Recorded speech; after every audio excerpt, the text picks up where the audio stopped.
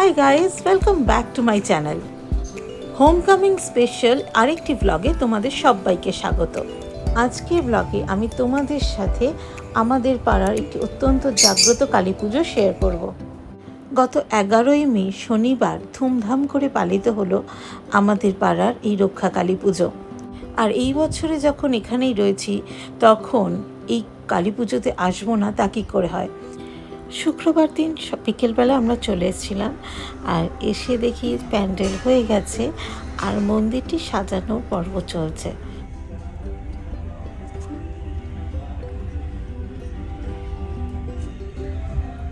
আজ সারাদিন ধরে মন্দিরটি সাজানো হবে আর কালকে বিকেলবেলায় মাকে নিয়ে আসা হবে।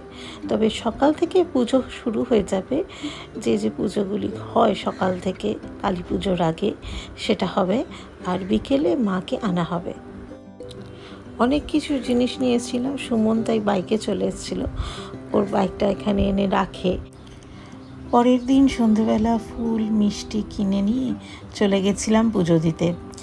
সন্ধে থেকেই মন্দিরের সামনে বিশাল ভিড় হয়ে যায়, লাইন পড়ে যায় মায়ের পুজো দেওয়ার জন্য।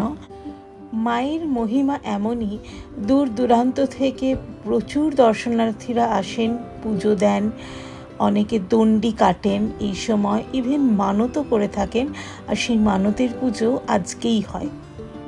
মায়ের পুজো দিতে প্রচুর লাইন পড়ে, তাই জন্য অনেকেই চেষ্টা করেন যারা কাছাকাছি থাকেন সন্ধে থেকে মায়ের পুজো দিতে, কারণ যত বেলা বাড়তে থাকে ততই লাইন বাড়তে থাকে। চলুন আপনাদের একটু আলোকসজ্জাটা দেখিয়ে নিই, আর দেখিয়ে নিই কীরকমভাবে আমাদের মায়ের পুজো হয় আর কিভাবে মানতের পুজো হয়। ছাতিমতলা রক্ষা কালী মাতার মহিমা এতটাই প্রসিদ্ধ যে এখানে যে কোনো মানত করলে, বিশেষ করে বাচ্চা সংক্রান্ত কোনো মানত করলে, সেই মানত পূর্ণ হওয়ার পর এখানে একটা জিনিস দিয়েই মানত পূর্ণ করা হয়, আর সেটি হলো বাচ্চার ওজনের বাতাসা দিয়ে হরির লুট দেওয়া। আমার বাঁদিকে কিন্তু দেখতেই পাচ্ছেন সবাই লাইন দিয়ে দাঁড়িয়ে গেছে পুজো দেওয়ার জন্য। একটু পরেই আমরা প্যান্ডেলের মধ্যে প্রবেশ করব আর মায়ের দর্শন করব। আর যে কথাটা বলছিলাম যে বাচ্চা সংক্রান্ত কোনো মানত পূর্ণ হলে সেই মানত পূর্ণ করা হয় বাচ্চার ওজনের বাতাসা দিয়ে, আর সেটি করা হয় এই দিনেই। বাঁদিকে এখানে সবাই পুজো দিচ্ছে, আর প্রসাদ দেওয়ার পর একটি কুপন দেওয়া হবে, আর সেই কুপনটি দিয়ে কালকে সকালে ভোগও পাওয়া যাবে। চলুন এবার মায়ের দর্শন করে নেওয়া যাক।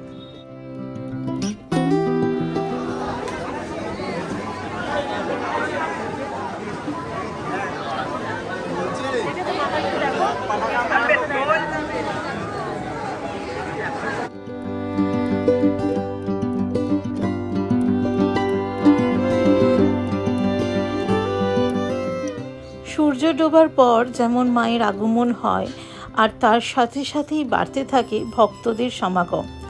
সারা রাত্রি ধরে চলে মায়ের আরাধনা, আবার সূর্য ওঠার আগেই হয়ে যায় মায়ের বিসর্জন। আর এই একটি দিনের জন্য সারাটা বছর অপেক্ষা করে থাকে ছাতিমতলা পল্লীবাসীবৃন্দ। এই যে সামনেই দেখছেন যে দাঁড়িপাল্লা ঝোলানো আছে, এইখানেই সমস্ত শিশুদের ওজন করে বাতাসা দেওয়া হয়। চলুন আপনাদের একটু সামনে থেকে নিয়ে গিয়ে দেখিয়ে দিই।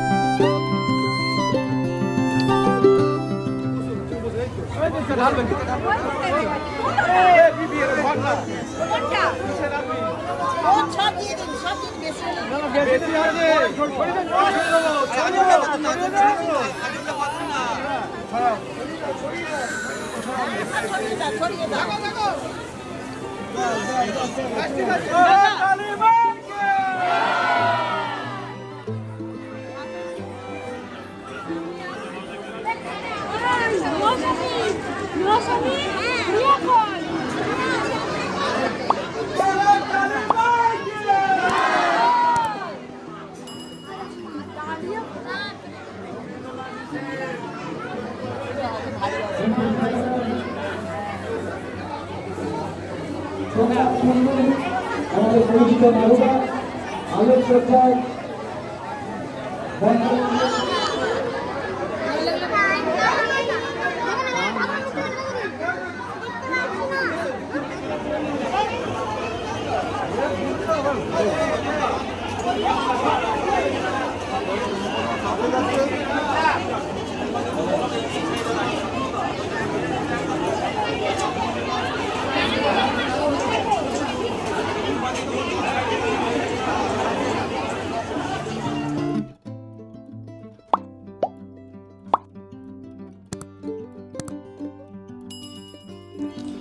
চলে এসেছি প্রসাদ নিতে।